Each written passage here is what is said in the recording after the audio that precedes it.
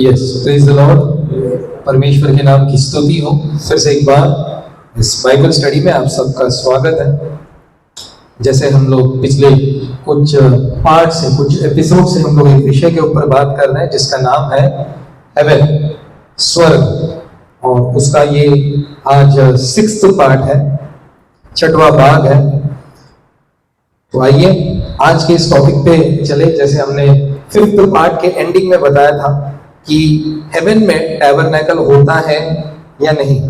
जैसे इस धरती पे परमेश्वर ने मूसा को कहा था कि मेरे लिए एक निवास स्थान आप तैयार कीजिए, मैं अपने लोगों के बीच में रहना चाहता हूं। उसी को इंग्लिश में बोला गया है टैबरनेकल।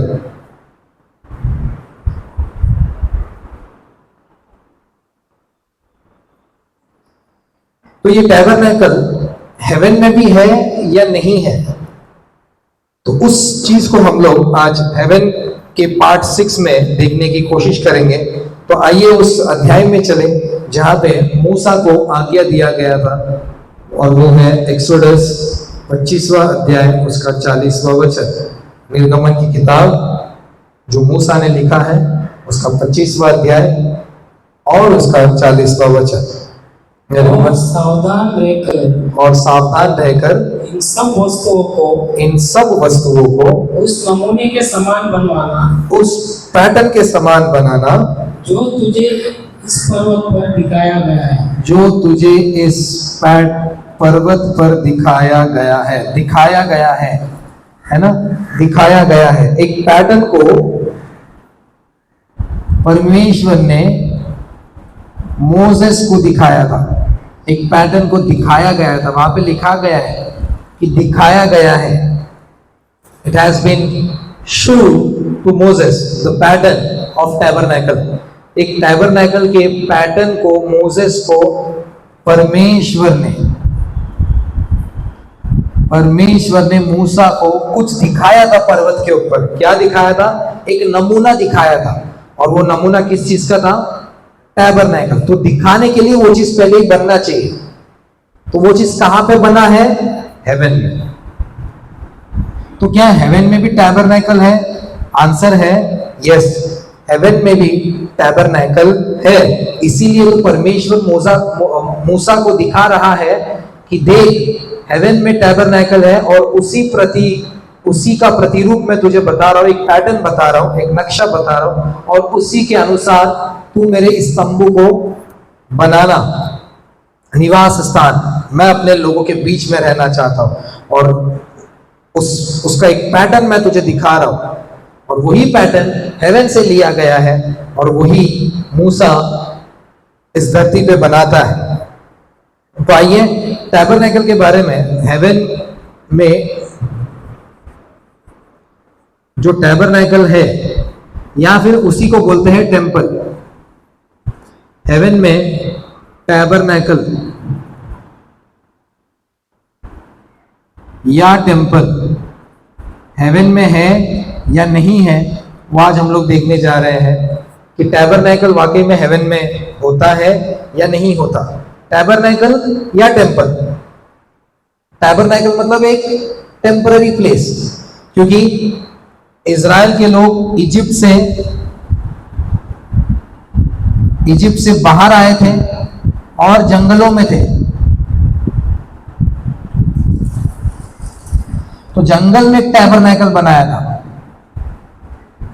तो एक जगह से दूसरी जगह, दूसरी जगह से तीसरी जगह वो चलते जा रहे थे, जर्नी कर रहे थे। तो एक परमानेंट प्लेस नहीं बनाया जा सकता, इसलिए एक तंबू बनाने बोला, टेम्पररी प्लेस। तो लोग जा रहे थे, तो लोगों के साथ वो तंबू भी उन सब चीजों को लेके जाना था। तो इसीलिए उसको टैबरनेकल बोलते हैं। और एक बार विल्डरनेस से कनान में आने के बाद परमेश्वर ने इजराइल को कनान देने के बाद, वहां पे राजाओं को नियुक्त करने के बाद, दाऊद राजा बोलता है कि सबका तो परमानेंट प्लेस आ गया, लेकिन परमेश्वर के तंबू का अभी तक कोई परमानेंट ठिकाना नहीं है, तो मैं परमेश्वर का मंदिर बनाऊंगा। तो टेंपल बनाने की कोशिश करता है डेविड द किंग, लेकिन परमेश्वर बोलता है कि तेरे हाथ युद्ध के हाथ है, इसलिए तू मेरा मंदिर नहीं बनाएगा। तो मंदिर कौन बनाएगा? उसी का बेटा Solomon, the great king Solomon महाराज। तो सोलोमन को यह दिया गया था कि वो परमेश्वर का मंदिर बनाए। तो टैबरनेकल एक टेम्पररी प्लेस है और टेम्पल एक परमानेंट प्लेस है। तो आइए, हेवन में टेम्पल होता है कि नहीं या फिर टैबरनेकल होता है कि नहीं, वो देखने की कोशिश करेंगे कुछ वचनों के जरिए। तो पहला वचन हम लोग देखेंगे Revelation 11th chapter 1st verse. Revelation 11th chapter 1st verse. और मुझे लग्गी के समान, प्रकाशित वाक्य 11वां अध्याय पहला वचन। हाँ और मुझे लग्गी के समान हाँ एक सरकंडा दिया गया, हाँ और किसी ने कहा, उठ, परमेश्वर के मंदिर और वेदी और उसमें भजन करने वालों को नाप ले। है ना? तो यहाँ पे बोल रहा है कि टेम्पल को एंड अल्टर को मेजर कर। तो मतलब प्रकाशित वाक्य यूहन्ना ने लिखा है, और यूहन्ना को जो दर्शन मिला है कि हेवन में, स्वर्ग में भी एक टेम्पल है, स्वर्ग में भी एक वेदी है। हमें बहुत अलग अलग जगहों पे इन चीजों के बारे में लिखा गया है कि स्वर्ग में वाकई में हमको एक टैबरनेकल देखने मिलता है, एक तंबू देखने मिलता है, या फिर परमेश्वर का मंदिर वहां पे भी है, जैसे यहाँ पे मूसा ने बांधा था। इसी का अगला अध्याय देखेंगे, 13वां अध्याय, उसका 6वां वचन। 13th चैप्टर प्रकाशित वाक्य 13 उसका 6। और उसने हाँ परमेश्वर की निंदा करने के लिए मुंह खोला, हाँ कि उसके नाम और उसके तंबू अर्थात स्वर्ग के रहने वालों की निंदा करे। हाँ, टैबरनेकल अर्थात जो स्वर्ग में है, उसमें जो लोग हैं उसकी निंदा करे। टैबरनेकल यहाँ पे हेवन में जो टैबरनेकल है उसकी बात कर रहे हैं, तंबू। तंबू तो ये वचनों के जरिए हमको ये समझ में आता है कि हाँ, हेवन में भी टैबरनेकल है, जो मूसा को दिखाया गया था परमेश्वर ने पहाड़ के ऊपर। एक पैटर्न दिखाया गया था, और पैटर्न कहां से दिखाया? हेवन में से। और कुछ वचनों को और गहराई से देखने की कोशिश करेंगे। उसका नेक्स्ट अध्याय 14वां वचन, उसका 15 और 17। हर जगह पे आपको ये वर्ड्स दिखाई देंगे। और मैंने दृष्टि की, और देखो एक उजला बादल है, और उस बादल पर मनुष्य के पुत्र शरीर का कोई बैठा है, जिसके सिर पर सोने का मुकुट और हाथ में चौका हंसुआ है। 15। फिर एक और स्वर्गदूत ने मंदिर में से निकलकर एंजल आया, मंदिर में से बाहर निकला। हाँ, उससे जो बादल पर बैठा था, हाँ, बड़े शब्द से पुकार कर कहा। 17। फिर एक और स्वर्गदूत उस मंदिर में से निकला। फिर से एक और स्वर्गदूत कहां से निकला? मंदिर में से, टेम्पल। तो देखिए ना, स्वर्गदूत स्वर्ग में मंदिर में से बाहर निकल रहे हैं, मतलब वहां पे मंदिर है। मंदिर का मतलब ये नहीं होता कि वहां पे अंदर मूर्तियां होती है। मंदिर परमेश्वर का निवास स्थान है। ऐसे टेम्पल इंग्लिश बाइबल में भी लिखा गया ये word temple. Temple temple temple tabernacle. Tabernacle मतलब एक टेम्पररी प्लेस, एक टेम्पररी प्लेस, और टेम्पल मतलब एक फिक्स्ड प्लेस। तो टेम्पल में से एंजल्स बाहर निकल रहे हैं। टेम्पल और अल्टर को मेजर करने के लिए यूहन्ना को एक रॉड दिया गया, और स्वर्ग में टैबरनेकल है, उसकी चर्चा यहाँ पे हो रही है। और आने वाले वचनों में हम लोग देखेंगे 15 अध्याय, उसका 5 और 6।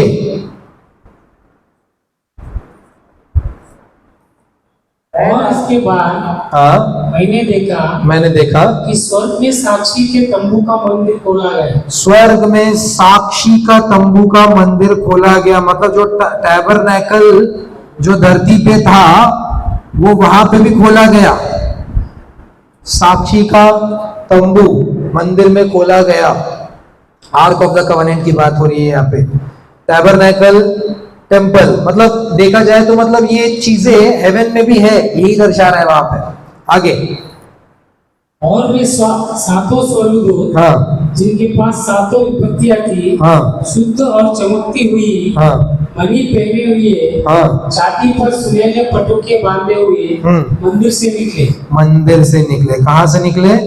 मंदिर से निकले, है ना। मंदिर में से साक्षी का तंबू को खोल दिया गया और वहां से स्वर्गदूत निकले, उनका डिस्क्रिप्शन दिया गया है। तो इतने सारे वचन है, यही रिप्रेजेंट कर रहा है कि हेवन में भी टैबरनैकल है, और वही टैबरनैकल को परमेश्वर ने मूसा को दिखाया, एक पैटर्न दिखाया। वो पैटर्न कहां पे मिलता है? हेवन में। और हेवन में क्या है? टैबरनैकल। और भी वचन है, 16 का पहला। फिर मैंने मंदिर में किसी को ऊंचे शब्द से उन सातों स्वर्गदूतों से ये कहते सुना कि जाओ, परमेश्वर के प्रकोप के सातों कटोरों को पृथ्वी पर उंडेल दो। फिर से वही चीज, फिर मैंने मंदिर में से स्वर्गदूतों को बाहर जाते हुए ऊंचे शब्द से कहते हुए सुना। मंदिर मतलब ये स्वर्ग की बात हो रही है, फिर से यहाँ पे टेंपल का जिक्र आ रहा है। मंदिर, उसी का 17 वचन नीचे आते आते।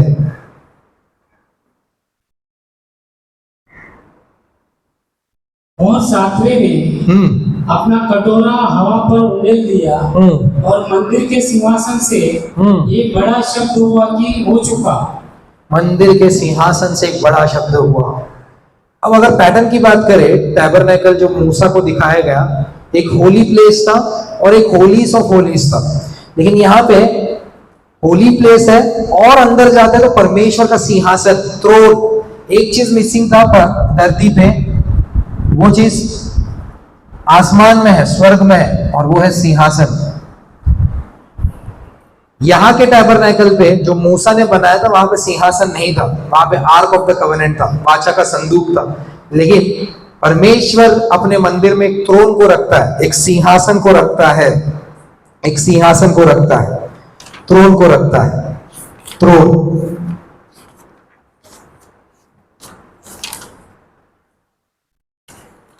अभी पढ़ेंगे 21 का 3।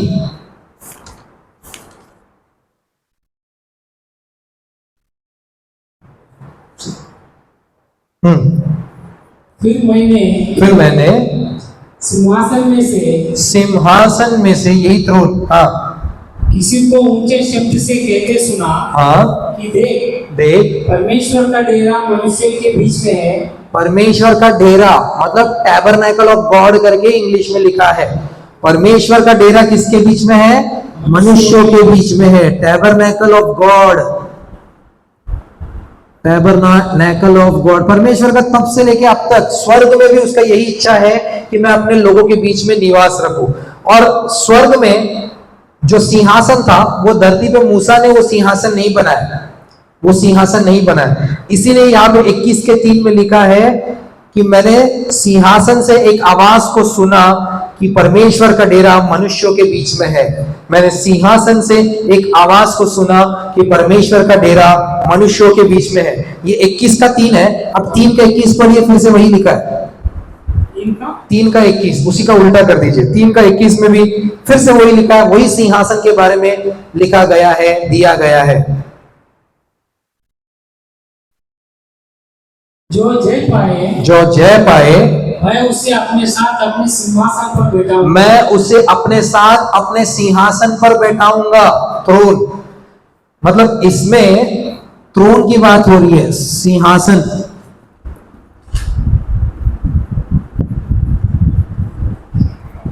अगर कुछ मिसिंग है तो स्वर्गदूत मिसिंग है, धरती वाले टैबरनैकल और हेवन वाले टैबरनैकल में।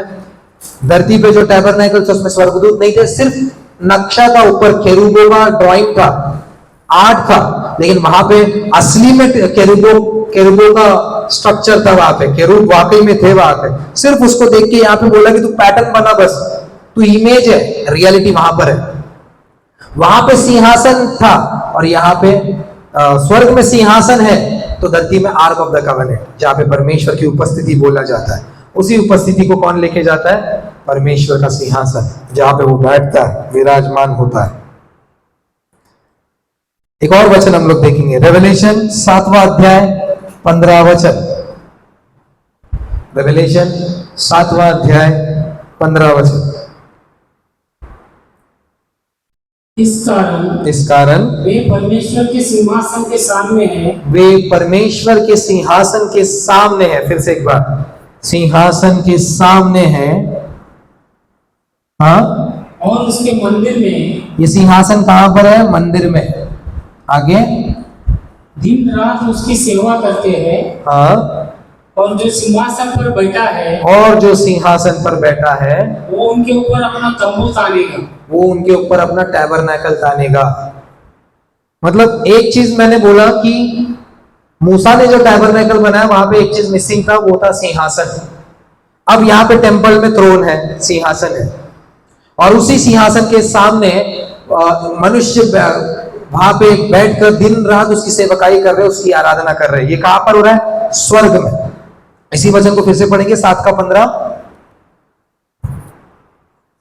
इसी कारण वे परमेश्वर के सिंहासन के, मतलब परमेश्वर के बच्चे परमेश्वर के सिंहासन के सामने है। सिंहासन के सामने है, एक सिंहासन है और यहाँ पे उसके सारे लोग उसके सामने है। आगे, और उसके मंदिर में दिन रात उसकी सेवा करते हैं। दिन रात उसकी सेवा करते हैं। और जो सिंहासन पर बैठा है, वो उनके ऊपर अपना तंबू तानेगा। वो उनके ऊपर अपना निवास स्थान तानेगा, टैबरनेकल तानेगा, ऐसे लिखा गया है। आमीन। तो इन सभी वचनों के जरिए हमको ये समझ में आता है कि वाकई में जो परमेश्वर ने मूसा को कुछ दिखाया था, एक नमूना दिखाया था, वो नमूना कहां से दिखाया था? स्वर्ग में से दिखाया था। मतलब वो टैबरनेकल असल में पहले से कहां पर है? स्वर्ग में है। ये सारी चीजें डेमो देख के, मतलब विजुअलाइज करके यूहन्ना लिख रहा है कि मैंने ये देखा, मैंने वो देखा, मैंने सिंहासन देखा, मैंने मंदिर देखा, मैंने तंबू देखा, मैंने स्वर्गदूतों को मंदिर के अंदर बाहर आते जाते देखा, मैंने वेदी का मेजरमेंट लिया। ये सारी बातें यूहन्ना आप ही देख रहा है और लिख रहा है, आप ही देख रहा है और लिख रहा है। और कुछ बातों को इसमें समझने की कोशिश करेंगे। तो अभी हमने देखा कि वाकई में हेवन में, स्वर्ग में भी टैबरनेकल के बारे में इतने सारे वचनों के जरिए हमने देखा कि जिक्र किया गया है। मतलब यही निवास स्थान परमेश्वर ऑलरेडी पहले से ही स्वर्ग में भी बनाया गया था। और क्या क्या था स्वर्ग में वो भी देखते हैं। जैसे अल्टर, वेदी की बात करें तो क्या स्वर्ग में भी वेदी है? तो आइए देखते हैं, उसी वचन से शुरू करते हैं। प्रकाशित वाक्य 11वां अध्याय 1 वचन, जहां पे लिखा गया है कि मुझे एक रॉड दिया गया था मेजर करने, किसको? टेंपल को एंड वेदी को, है ना, अल्टर को। वही वचन पढ़ेंगे फिर से। और मुझे लकड़ी के समान एक सरकंडा दिया गया, और किसी ने कहा, उठ, परमेश्वर के मंदिर और वेदी और उसमें भजन करने वालों, परमेश्वर का मंदिर और वेदी और उसके भजन करने वालों का, पढ़िए, और उसमें भजन करने वालों को नाप ले। और उसमें भजन करने वालों को नाप ले। मतलब परमेश्वर के मंदिर और वेदी, मतलब वेदी भी है वहां पे। अल्टर मतलब वेदी। वहां पे वेदी का भी मेजरमेंट करने के लिए यूहन्ना को बोला गया। आइए एक और वचन पढ़ते, 14 का 18, उसी रेवलेशन में 14 का 18 वर्स।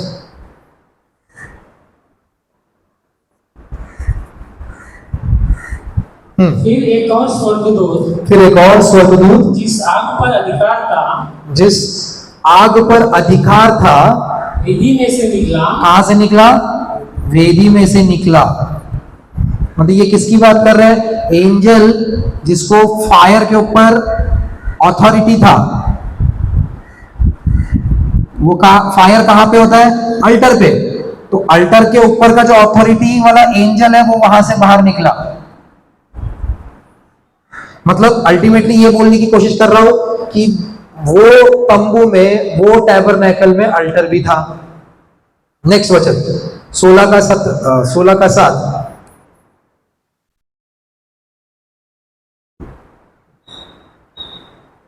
फिर मैंने वेदी से ये शब्द सुना फिर मैंने वेदी से, फिर से अल्टर की बात कर रहे हैं। अब वहां पे अल्टर से एक शब्द भी बाहर आ रहा है। क्या शब्द बाहर आ रहा है? कि हाँ ये सर्वशक्तिमान प्रभु परमेश्वर तेरे निर्णय ठीक और सच्चे हैं। वेदी का आवाज भी होता है। जब भी हम वेदी के ऊपर कुछ चढ़ाते हैं वो एक आवाज स्वर्ग तक पहुंचता है। अभी के समय में वेदी क्या है? हमारी प्रार्थनाएं, हमारी प्रार्थनाएं, हमारी प्रार्थनाएं। तो जब भी हम वेदी के ऊपर अपने घुटनों पे आके प्रभु से दुआ करना शुरू करते हैं वो आवाज स्वर्ग तक पहुंचता है। वेदी, वेदी। और आखिरी वेदी हमने देखा था गोल्डन अल्टर, 8 का 3।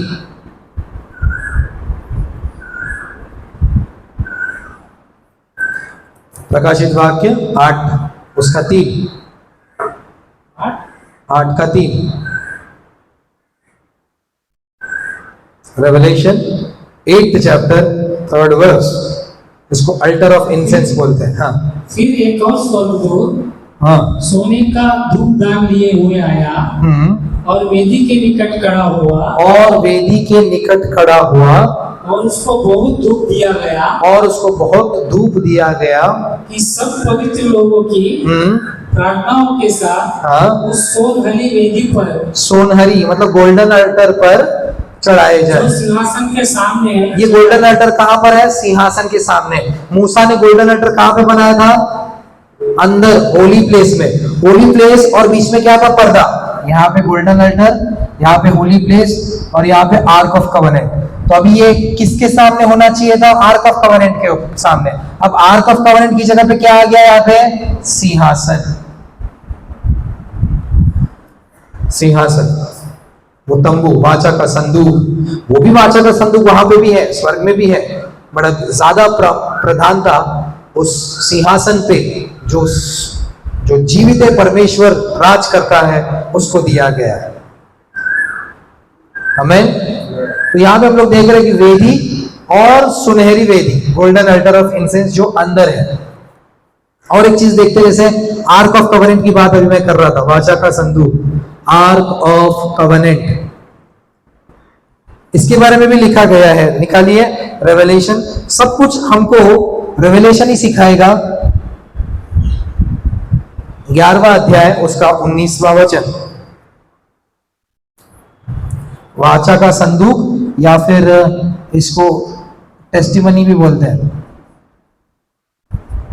साक्षी का। परमेश्वर का जो मंदिर हाँ, स्वर्ग में है। परमेश्वर का जो मंदिर कहाँ पे है? स्वर्ग में है। क्लियरली लिखा है बाइबल कि जो परमेश्वर का मंदिर है वो स्वर्ग में है। वहां से क्या हो रहा है? वो खोला गया, वो खोला गया और उसके मंदिर में, और उसके मंदिर में उसकी वाचा का संदूक दिखाई दिया, उसकी वाचा का संदूक दिखाई दिया, और बिजलियां और शब्द और गर्जना हाँ, और धूल हुए, हाँ, और बड़े बड़े ओले पड़े। वाचा का संदूक भी है वहां पे, उस तंबू में आर्क ऑफ कवनेंट भी है। अब बात करते हैं लैम्पस्टैंड है क्या वहां पे? तो ये रेवलेशन पहले अध्याय में हमको दिख जाता है। लैम्पस्टैंड के बारे में हम सबको पता ही है। इसके बारे में रेवलेशन पहला अध्याय उसका 12, 13 और उसका मतलब 20 में दिया गया है। रेवलेशन चैप्टर 1 उसका 12, 13 पढ़ेंगे और उसका 20 में उसका अर्थ दिया गया है।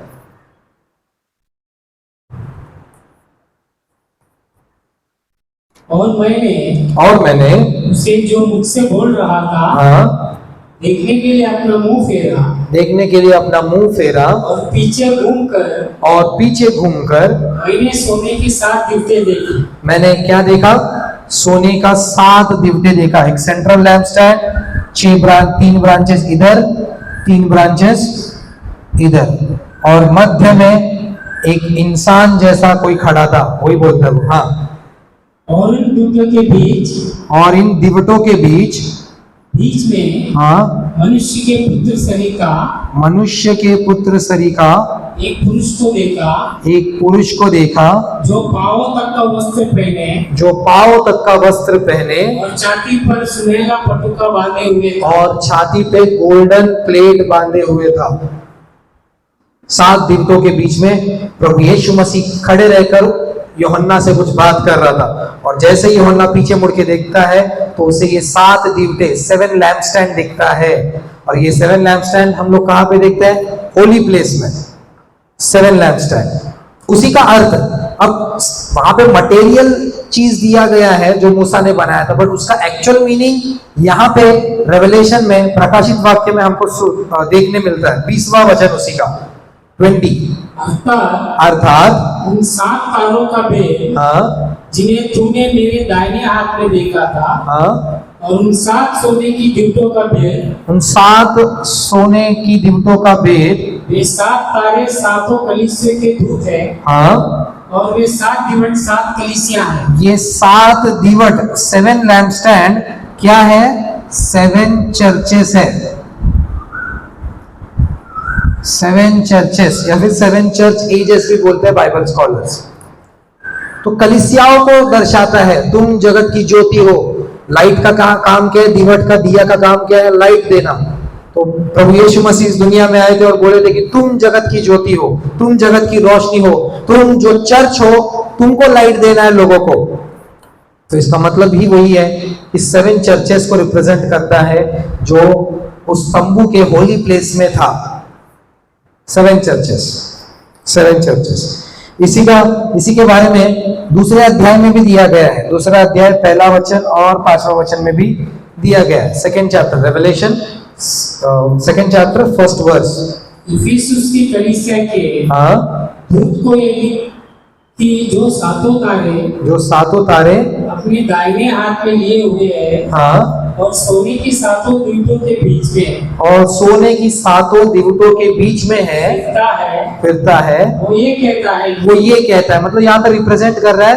यहाँ पे एक और बार इन चर्चेस के बारे में मेंशन कर रहा है कि 7 दिवटों का मतलब क्या है। उसी का 5वां वचन,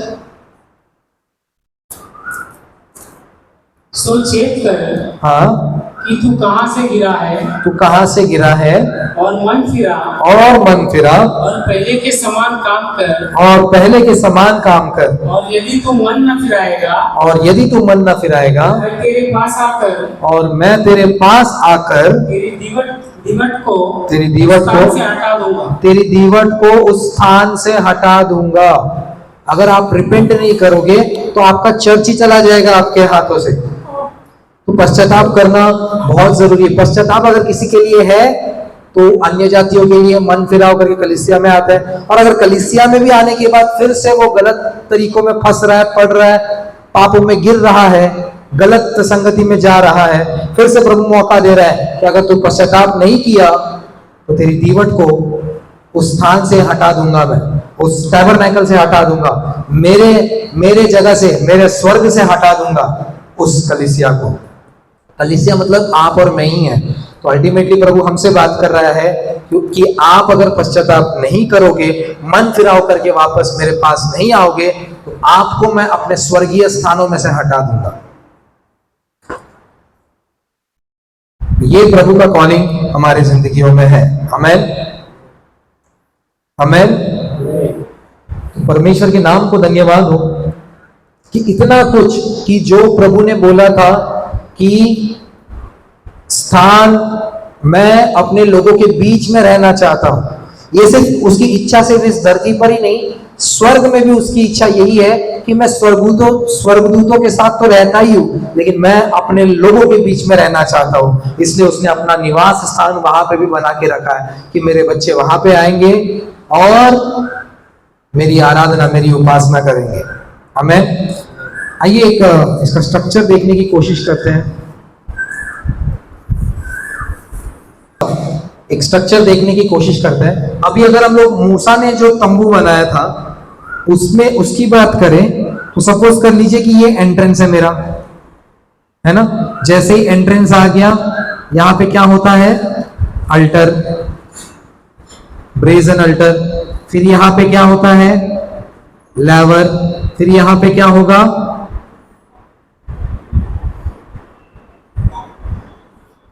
यहां पे क्या होगा? Holy place. वहां लिख दो होली प्लेस। होली प्लेस में क्या क्या होता है? ये लैम्प स्टैंड, ठीक है, यहां पे एक टेबल ऑफ शू ब्रेड, और यहां पे एक table of shoe bread, Monera, और ये अल्टर ऑफ इंसेंस। फिर अंदर जाएंगे, एक और पार्ट आता है जिसको बोलते हैं Holis of Holis.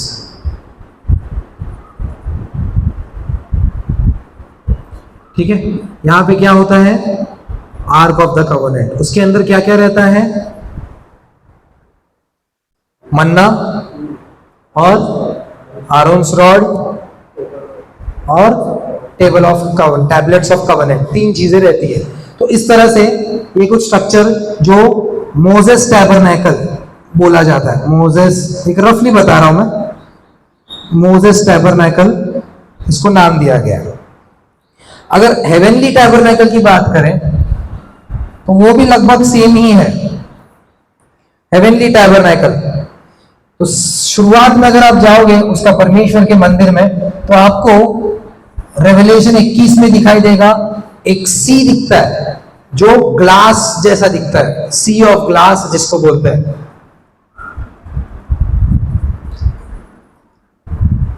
C of glass एक नदी जैसा दिखता है जो एकदम क्रिस्टल रहता है, क्रिस्टल जैसे मानो कि ग्लास जैसा दिख रहा है, इतना चमक रहा होता है, तो उसको बोलते हैं heavenly sea, sea of glass, या फिर इसको एक और नाम दिया गया है हेवनली सी।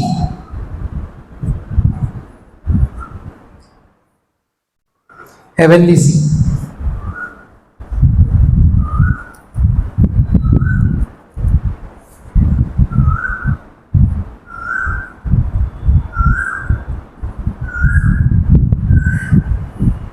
ठीक है, अब जैसे ही हेवनली सी से थोड़ा आगे जाएंगे तो एक हमको यहां पे मिलता है alter of incense.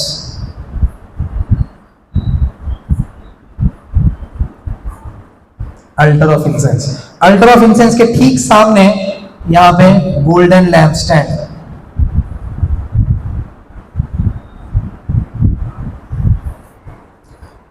Seven lamp stand.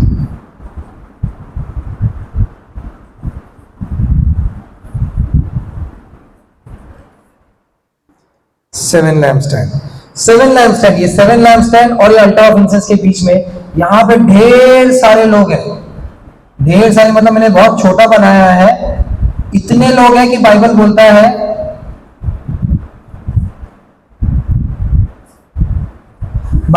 है कि ये गिन भी नहीं सकते, इतने सारे लोग हैं, अनगिनत लोग, which no one can count. इतने सारे लोग परमेश्वर की मंदिर में दिन रात उसकी सेवाकाई करते रहेंगे।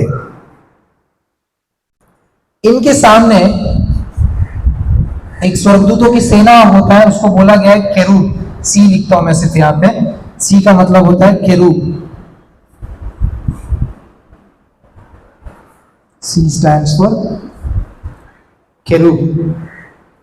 अब केरूब के सामने होता है परमेश्वर का सिंहासन, थ्रोन।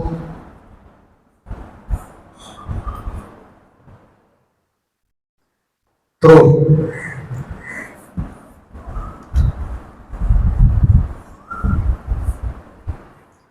ठीक है। उस सिंहासन के सामने उसके दोनों बाजू में भी यहां पे फिर से स्वर्गदूत रहते हैं, वही क्लास ऑफ स्वर्गदूत जिसको बोला गया केरूब। मतलब सिंहासन के तीनों साइड में नहीं, चारों साइड में स्वर्गदूत रहते हैं जो सिंहासन के बहुत ही नजदीक रहते हैं। जैसे वाचा का संदूक में आपने देखा होगा केरूब का डायग्राम दिया रहता है, और ऊपर पर्दे के ऊपर भी कवरिंग क्या था? केरूब। तो केरूब स्वर्गदूत सिंहासन को चारों तरफ से घेरे हुए हैं। अब सिंहासन के एक साइड में और दूसरे साइड में यहां पे कौन रहता है? Elders. Elders, E for elders. कितने एल्डर्स हैं? बाइबल बोलता है 24 एल्डर्स है। स्ट्रक्चर बता रहा हूं, जो हेवन में जो टैबरनेकल है वो दिखता कैसा है, एक आर्किटेक्ट बता रहा हूं।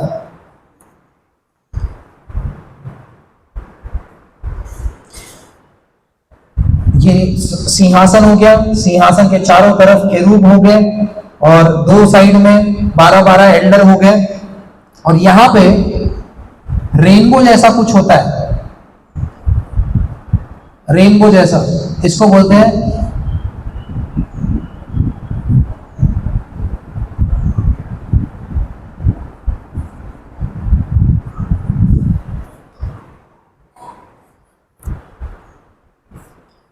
रेनबो। मतलब रेनबो ग्लोरी, परमेश्वर की महिमा, परमेश्वर की महिमा, परमेश्वर की महिमा के साथ बीच में सिंहासन, सिंहासन को चारों तरफ कौन घेरे हुए हैं? स्वर्गदूतों की सेना, खेरूब जिसको बोला जाता है। और उसके दोनों बाजू में 12-12 एल्डर्स होते हैं।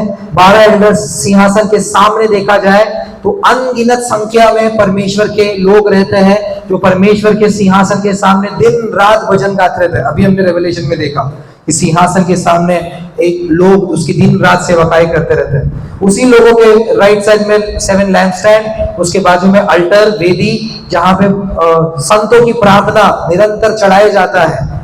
और उसके सामने एक हेवनली सी हमको देखने मिलता है हमें। तो मतलब देखा जाए तो ये लैवर की जगह पे ये हेवनली सी यूज किया गया है, ये लैवर की जगह पे ये हेवनली सी यूज किया गया है। और लोग अब बाहर नहीं है, लोग अब मंदिर के अंदर है, लोग अब मंदिर के अंदर है और परमेश्वर के संगति में निरंतर निरंतर निरंतर लोग रहते ही रहेंगे, रहते ही रहेंगे, रहते रहेंगे। एक वचन पढ़ेंगे, रेवलेशन 21वां अध्याय और उसका तीसरा वचन पढ़े, फिर उसके बाद में 22 पढ़ेंगे। प्रकाशित वाक्य 21 उसका तीसरा पढ़िए। फिर मैंने सिंहासन में से किसी को, सिंहासन में से किसी को ऊंचे शब्द से ये कह के सुना। ये देखो सिंहासन यहाँ पर है, सिंहासन में से किसी को ऊंचे शब्द से ये कहते सुना कि देख, देख परमेश्वर का डेरा, परमेश्वर का जो डेरा है ये मनुष्य के बीच में है, मनुष्यों के बीच में है, बाहर नहीं है। आगे, वो उनके साथ डेरा करेगा, वो उनके साथ रहेगा और वे उसके लोग होंगे, वे उसके लोग होंगे, और परमेश्वर आप उनके साथ रहेगा, और परमेश्वर आप ही उनके साथ रहेगा, और उनका परमेश्वर होगा, और वो उनका परमेश्वर होगा। ये इतना सब कुछ एक रफ डायग्राम मैंने बनाया कि वहां पे दिखता कैसा है, इससे भी और बेहतरीन दिखता होगा। अब ये टैबरनेकल बनाने का उद्देश्य ही वो है कि लोग, परमेश्वर अपने लोगों के साथ रहना चाहता है। पहले भी पाप करते करते लोग इतने दूर हो गए कि परमेश्वर ने मूसा को बोला कि मेरे को दूर क्यों रख रहे हो आप, मुझे आपके बीच में रहना, इसलिए टैबरनेकल बना। और हेवन में भी उसका वही इच्छा है कि मैं आऊंगा जल्दी और तुमको लेके जाऊंगा। क्यों लेके जाऊंगा? क्योंकि मैं तुम्हारे साथ, तुम मेरे साथ रहोगे। ये परमेश्वर की एक महान योजना है हमारे प्रति। तो उसके लिए वो क्या चाहता है कि मैं तुम्हारे साथ रहूंगा, तुम मेरे साथ रहोगे। तो हमें इस टैबरनेकल की जरूरत नहीं है फिर।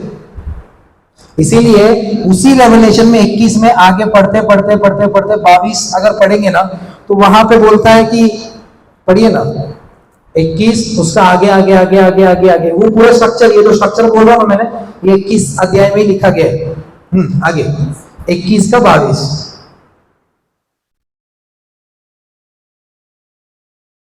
प्रकाशित वाक्य 21वां अध्याय उसका 22। हाँ, और मैंने उसमें कोई मंदिर न देखा।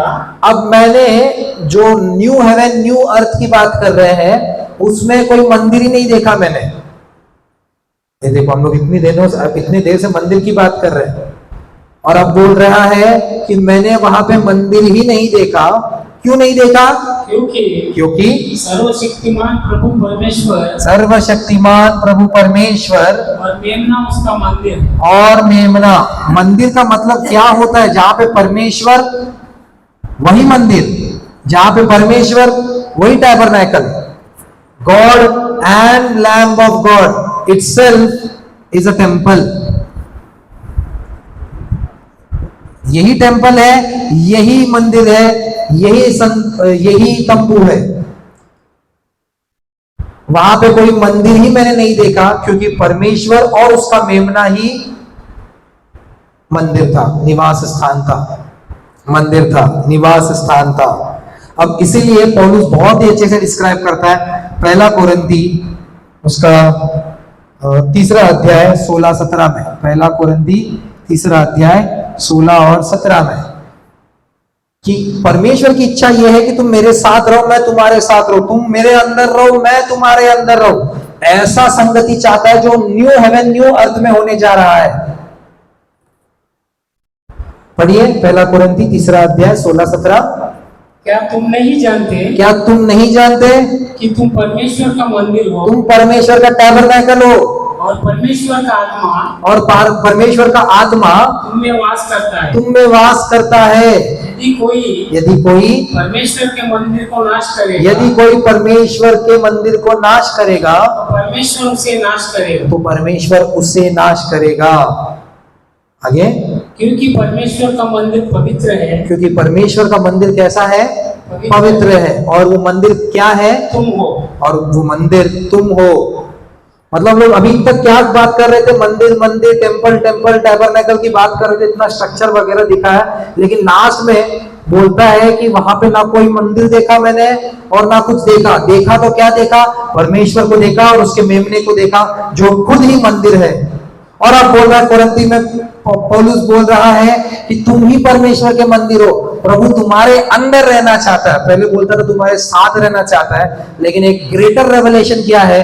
प्रभु हमारे अंदर रहना चाहता है। वो बहुत ही प्रेम करता है हमसे, इतना प्रेम करता है कि वो सह नहीं सकता है कि वो हम उससे दूर चले जाए या फिर वो हमसे दूर चले जाए। बहुत दुख पहुंचता है उसको कि अगर हम उससे दूर चले गए तो।